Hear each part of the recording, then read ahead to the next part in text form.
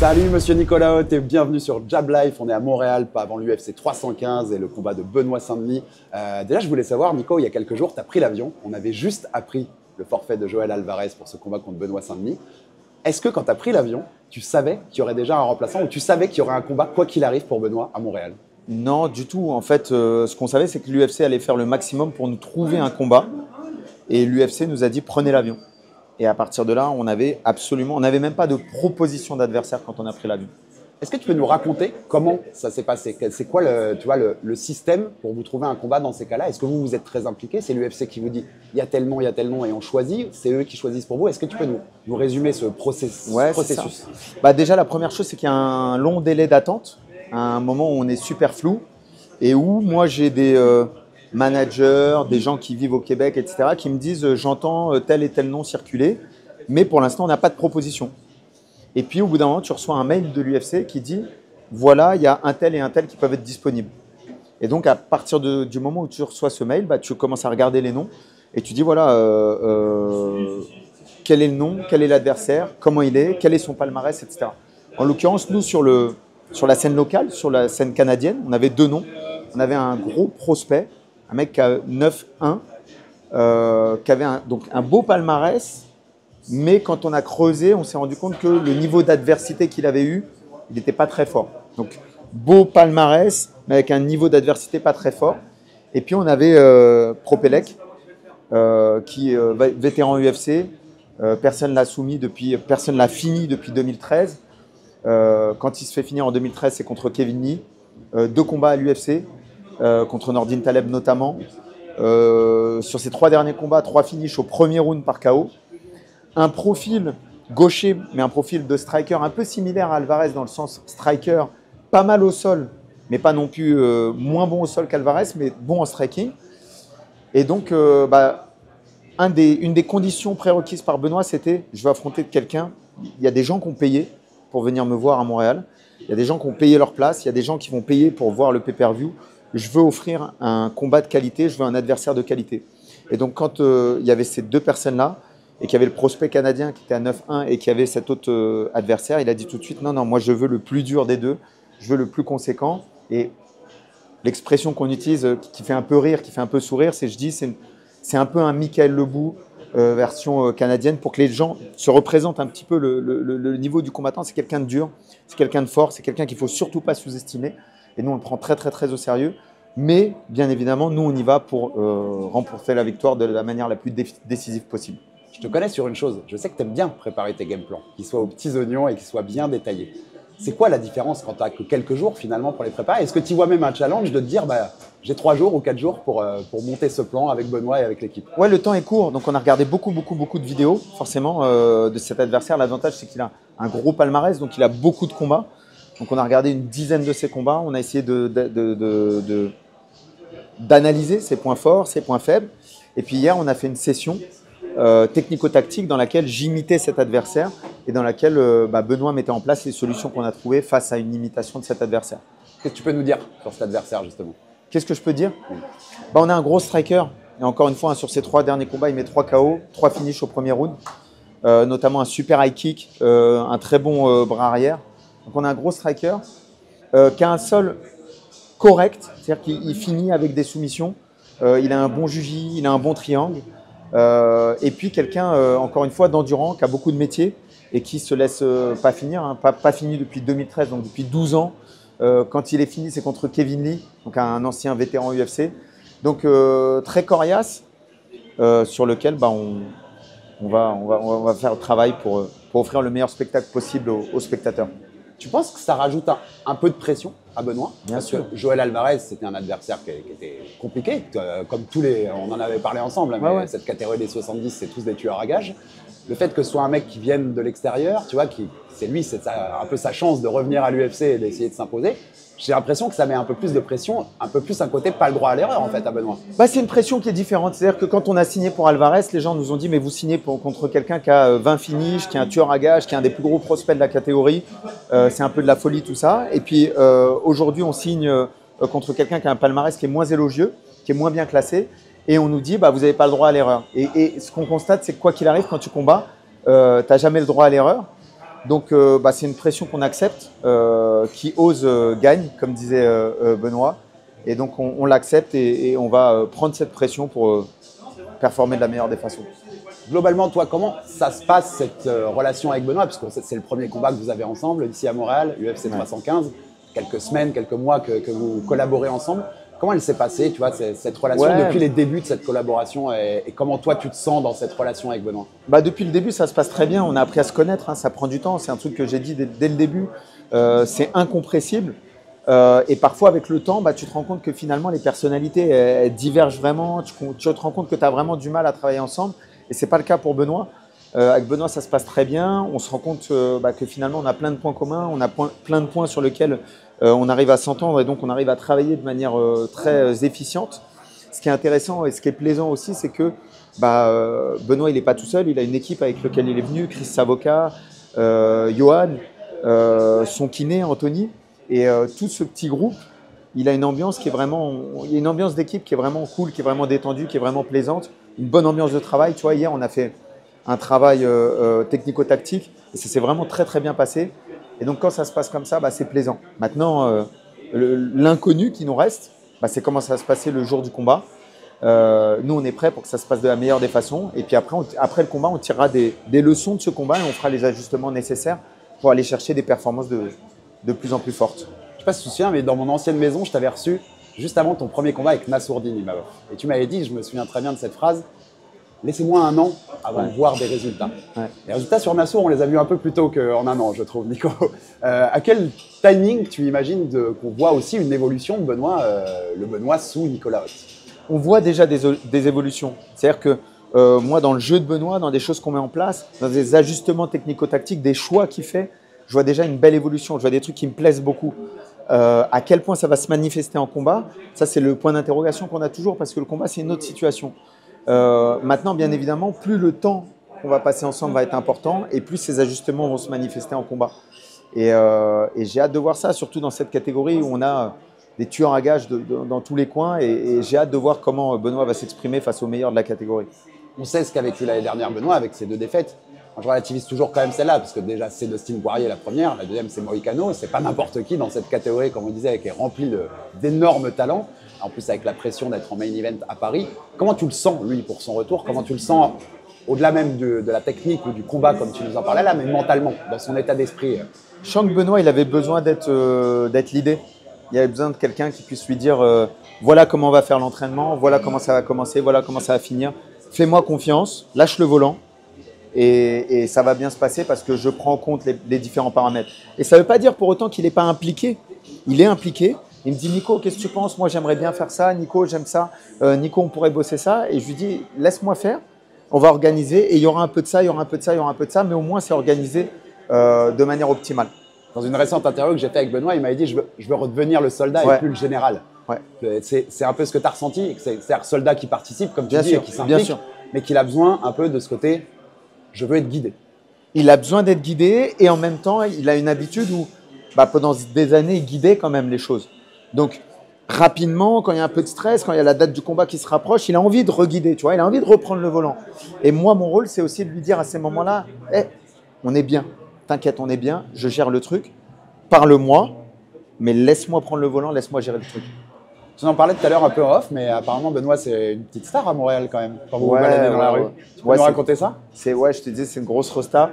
En fait, il a une super notoriété, tu vois, on est en train de marcher et tout. Ce que je te disais, tous les 50 mètres, tous les 100 mètres, il y a des gars qui s'arrêtent pour prendre des photos, pour prendre des vidéos, pour faire signer des autographes. Et donc, il y a une popularité. C'est simple, en fait, tu regardes, on est au Canada, on est à Montréal, et les stars de l'événement, les stars francophones de l'événement sont des Français. Et aujourd'hui, autant il y a 5-10 ans, c'était Tristar qui menait la danse francophone avec des Georges Saint-Pierre, avec des Rory McDonald, avec des stars comme ça. Aujourd'hui, la danse francophone, elle est menée par les Français. Et on a cette génération de Benoît, de Manon, de Nassourdine, de Cyril Gane qui mènent la danse francophone. Et c'est beau de voir ça, l'évolution du MMA français. Tu as évoqué la Nassourdine, on sait ce que tu as fait avec lui depuis un an et ses 4 victoires contre des top 10. On attend les nouvelles de son prochain combat. Mais est-ce que tu as une forme de pression aussi dans cette aventure avec Benoît? Parce que ces derniers mois, Nico, et tu le sais aussi bien que moi, t'es vu comme le coach qui monte dans le MMA français, le coach qui réussit en ce moment très fort, avec notamment voilà, ces 4 victoires de Nassourdine contre des top 10, dont 2 top 5. Tu te mets une forme de pression à te dire, je dois être à la hauteur de cette réputation que je suis en train de me créer? Ouais, je me mets toujours la pression d'être performant dans ce que je fais, de gagner, parce que les enjeux, ils dépendent de moi, ils me concernent moi, mais ils ne me concernent pas que moi. Ils concernent la vie de Benoît, c'est-à-dire la victoire ou la défaite va avoir un impact énorme sur la suite de sa carrière, sur sa vie familiale, sur ses responsabilités financières. Donc il y a un impact qui est énorme dans une victoire ou une défaite pour un combattant. C'est le cas avec Benoît, mais c'est le cas avec toutes les personnes que j'encadre. Et donc j'ai toujours la responsabilité de prendre mon job le plus à cœur possible et de faire en sorte de mettre toutes les chances de mon côté pour qu'on gagne les combats. Mais j'accepte aussi le fait que quand il y a 2 personnes qui rentrent dans une cage, il y a un gagnant, il y a un perdant, que plus le niveau monte et plus c'est dur de gagner. Et donc forcément sur ce chemin qu'on a choisi, le chemin de coacher le haut niveau, le chemin de combattre contre le haut niveau, il y aura des victoires et il y aura des défaites. Et qui ose gagne. Dans ce chemin, on sait qu'il va y avoir des obstacles, on sait que ça ne va pas être un parcours qui va être parfait, et on accepte ça, et on accepte les expériences qu'on va tirer de ces choses-là. Et pour autant, on met en place tout le travail pour limiter le pourcentage de chances qu'on ait des défaites. Mais on accepte que c'est un combat, donc il y a de l'incertitude, et on ne va pas tout gagner. Ça, c'est la loi du combat. C'est très important ce que tu dis, parce que je pense qu'une partie du public oublie trop souvent que sur une carte de combat, il y a 50% des gens qui perdent les combats. Donc il y a la moitié des gens qui ressortent d'une soirée avec une défaite. Donc il faut aussi l'accepter sur ce chemin-là. Il y a un point commun entre Nassourdine et Benoît, c'est qu'ils sont dans le top 15 UFC. On n'en a pas tant que ça finalement. Tu sais, il y a Cyril, il y a Manon, il y a aussi Nora Cornol qui est chez les 61 féminines. Ils sont très différents. Ces deux façons les personnes sont différentes, mais même déjà les personnes, mais la façon, toi, de les aborder et de les coacher, tout est très différent. Ils sont totalement différents. C'est-à-dire que Nassourdine, c'est l'un des meilleurs strikers du monde, avec un athlète très complet, mais avec l'un des meilleurs striking au monde, avec une capacité à toucher sans se faire toucher, avec une capacité à déconnecter debout. Benoît, c'est l'un des meilleurs sur sa capacité à mixer la boxe et la lutte. Donc c'est 2 styles très différents. Nassourdine est très explosif. Benoît, il est très endurant. Nassourdine, c'est quelqu'un qui a besoin d'être mis face à une difficulté qui est toujours énorme. Parce qu'il est toujours, pendant son camp d'entraînement, il est toujours en doute de sa capacité à performer. Donc il va te demander toujours des sparring plus durs, de multiplier les oppositions, etc. Un caractère très particulier. Et Benoît, à sa façon aussi, il a une autre façon d'aborder le sparring et la façon de se préparer. Donc c'est vraiment, de toute façon, on sait que le haut niveau, c'est ça, c'est la personnalisation des entraînements. C'est-à-dire que Baki, Benoît, Nassour, Delphine Benouesh, Wissam Arkmouche, c'est des personnalités différentes, c'est des styles différents. Et mon but, c'est de trouver leurs points forts et de sublimer leur style. Quand tu as Baki, Nassour, Benoît sur le tapis, tu te dis quand même, je suis en train de créer un truc pas mal. Ouais, je me dis que c'est beau ce qu'on fait. Je me dis que c'est beau. Je me dis que pour réussir, pour que la France brille à l'étranger, on a besoin de réunir les meilleurs talents français. On avait la semaine dernière sur le tatami, on avait Oban Elliott, qui est un combattant de l'UFC avec 3 victoires, qui nous vient d'Allemagne et qui est venu partager le tatami avec nous. On avait bien sûr Benoît Saint-Denis, on avait Mickaël Lebou, on avait Youssef Bouganem. Et quand je vois tous ces talents qui sont réunis sur le tatami, je me dis que c'est notre seule façon à nous de briller à l'étranger, c'est de réunir des pôles de compétitivité qui sont très forts sur l'espace parisien. Et je suis très fier de pouvoir réunir ces athlètes et de leur permettre de progresser aussi sur le tatami. Cet UFC 315, il est le 10 mai. Le 16 mai, on a Arès avec Baki, qui fait la ceinture. Tu seras là? Bien sûr. Tu prends des vacances quand, Nicolas Hoth? Du repos. Les vacances, c'est un bien grand mot, je sais pas. Il n'y aura pas de vacances, mais du repos. Mais le 17, je vais bien dormir. Tu travailles les 2 trucs en même temps? C'est-à-dire quand tu es là, tu penses aussi à ce qui va se passer avec Baki, ton cerveau il est un peu en gestation tout le temps? Bien sûr, après j'ai la chance d'avoir et je trouve que c'est même une condition nécessaire au très haut niveau, d'avoir des athlètes qui sont très autonomes. Et j'ai un ensemble d'athlètes, que ce soit Baki, que ce soit Delphine Benouesh, que ce soit Wissem Arkmouche, que ce soit Benoît Saint-Denis, que ce soit Nassourdine Imavov, qui ont une très grande autonomie, qui ont une très grande analyse de ce qu'ils font, de comment ils le font, et qui comprennent comment travailler pendant que je ne suis pas là. Et ça, pour moi, c'est très important. Il reste 3 petites questions, Nico, merci pour le temps, c'est toujours passionnant de parler avec toi. N'oublions pas que Mickaël Lebou combat en même temps que Benoît Saint-Denis. C'est vrai. Il combattra le même soir et il a fait une grande partie de sa préparation, en tout cas tout l'aspect MMA, il l'a fait avec nous. Et donc, on aura 2 combats ce soir-là. C'est une énorme soirée pour le MMA. Une belle soirée. KSW à Lyon avec Saladin Parnasse aussi. Exactement. En main event. Et la nuit, Manon et Benoît, dont Manon pour la ceinture. Enfin, c'est super ce qu'on va vivre ce samedi. 3 dernières questions. Nassourdine, est-ce qu'on a des news? Et si on n'en a pas, quel est le scénario que tu imagines des semaines à venir? On sait tout ce qui se passe. Dricus du Plessis qui est blessé, Khamzat Chimaev. Où est-ce qu'ils vont combattre? Est-ce que ce sera eux? Est-ce que ce sera Nassour? Écoute, nous, on regarde vers l'avant. Ce que l'UFC peut nous proposer pour aller vers l'avant, on va prendre comme on l'a toujours fait. Notre but, c'est de combattre pour la ceinture. Pas de news, donc, pour l'instant. Pour l'instant, on n'a pas de news. Okay. Et voilà, que ce soit DDP, que ce soit Khamzat, on est prêt à les affronter. Et si tu devais parier un truc sur un scénario, qu'est-ce que tu dirais? Non, très compliqué. Très compliqué de parier sur quelque chose. Nous, on se prépare pour les deux à l'heure actuelle. C'est-à-dire qu'on a des sparring comme Ahmed Salamov, qui ressemble beaucoup à Khamzat Chimaev, et donc avec lesquels on peut se préparer sur la partie lutte, un peu à la Khamzat et tout. Et puis on a des sparring, que ce soit Baki ou que ce soit peut-être à l'avenir du travail avec Virgile Auguin, qui peut être très intéressant, qui peuvent nous aider sur la partie DDP. Et donc on essaie de mixer les sparring pour faire un travail de fond et être prêt, commencer une préparation pour l'un ou pour l'autre. C'est vrai que Virgile Auguin pour DDP, ouais, c'est pas mal. Quelque chose à travailler là-dessus. Ouais. Et puis c'est un travail qui est intéressant, encore une fois, sur le plan franco-français, pour s'aider, monter le niveau de Virgile, et puis en même temps, nous, monter notre niveau face à ce type de sparring. Intéressant, parce que tu me parlais de Virgile, mais une de mes 3 dernières questions, c'était, tu sais que Jab Life est basé à Nice, donc je sais que Virgile est ici pendant 2 semaines pour s'entraîner, et qu'il est ici, bien sûr, avec son grand pote Axel Sola, qui est un 155, qui est un moins de 70. Si on vous avait proposé Axel Sola pour affronter Benoît Saint-Denis, vous étiez partant pour lui laisser sa chance, tu vois, d'arriver par exemple à l'UFC? Ouais, j'aurais trouvé ça dommage. Moi, je te dis honnêtement, comme je le dis depuis le début, tu vois, je suis pour les affrontements franco-français au niveau national. C'est-à-dire que je pense qu'il faut se démarquer là-dessus. Et je suis pour les affrontements franco-étrangers sur le niveau international.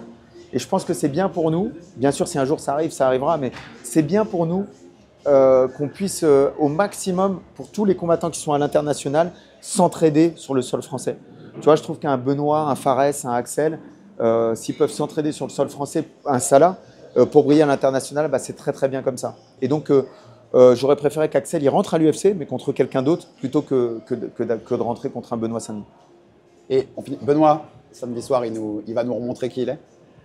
Parce que certains ont peut-être oublié. Ouais, je pense que c'est important de poser cette question. Il y a des gens qui ont tout confondu. Ils ont confondu une approche cérébrale de l'entraînement, le fait d'avoir un game plan, le fait d'avoir une stratégie, avec ils ont opposé ça avec le fait de faire la guerre. Benoît, c'est quelqu'un qui fait la guerre, et c'est quelqu'un qui va faire la guerre samedi. Pour autant, ça ne veut pas dire qu'il n'aura pas une direction dans son combat, et qui ne sait pas de quelle façon il va faire la guerre. Il sait de quelle façon il va faire la guerre. On s'est préparé d'une façon très précise. Maintenant, Benoît, c'est quelqu'un qui va apporter le feu dans son combat samedi et qui va montrer encore une fois pourquoi il est Benoît Saint-Denis et ce qu'a fait de lui ce style si attrayant dans la cage. Et Nico, quand on va tous se réveiller dimanche matin à Montréal, est-ce que la France aura une première championne incontestée de l'UFC? On est là pour ça. Elle va le faire, Manon? Elle va le faire. Ouais. Qu'est-ce que tu penses de Manon, la combattante? On est à quelques jours de cet immense rendez-vous pour elle contre la numéro 1 pound for pound. Manon, elle est incroyable. C'est-à-dire que quand tu la vois, comment elle s'entraîne, l'intensité qu'elle apporte dans ses entraînements, la mentalité qu'elle a, c'est magnifique. C'est le genre d'athlète derrière lequel on a envie d'être. Quand on voit aussi le niveau, je trouve qu'on n'a pas mis assez en valeur le niveau de son adversaire, qui est aujourd'hui numéro 1 pound for pound chez les féminines, qui a une carrière qui est incroyable. C'est vraiment l'une des meilleures combattantes féminines de l'histoire de la catégorie. Demain, si Manon elle le fait, elle a fait quelque chose qui ne s'est jamais fait dans l'histoire du MMA français. Et je croise les doigts pour que ce soit ce qui arrive samedi soir. Et tu sais, je te connais, donc je sais que samedi soir, tous les deux, on va kiffer un truc. On va voir José Aldo dans la salle à Montréal. Juste après Benoît. Et ça, c'est un plaisir. Incroyable, incroyable. J'espère qu'il va être dans les vestiaires avec nous, mais ouais, José Aldo, ouais. Moi, tu sais qu'il y a une défense de lutte que j'appelle la José Aldo. Tous les mecs de mon club savent que quand je dis José Aldo, ils savent de quoi on parle.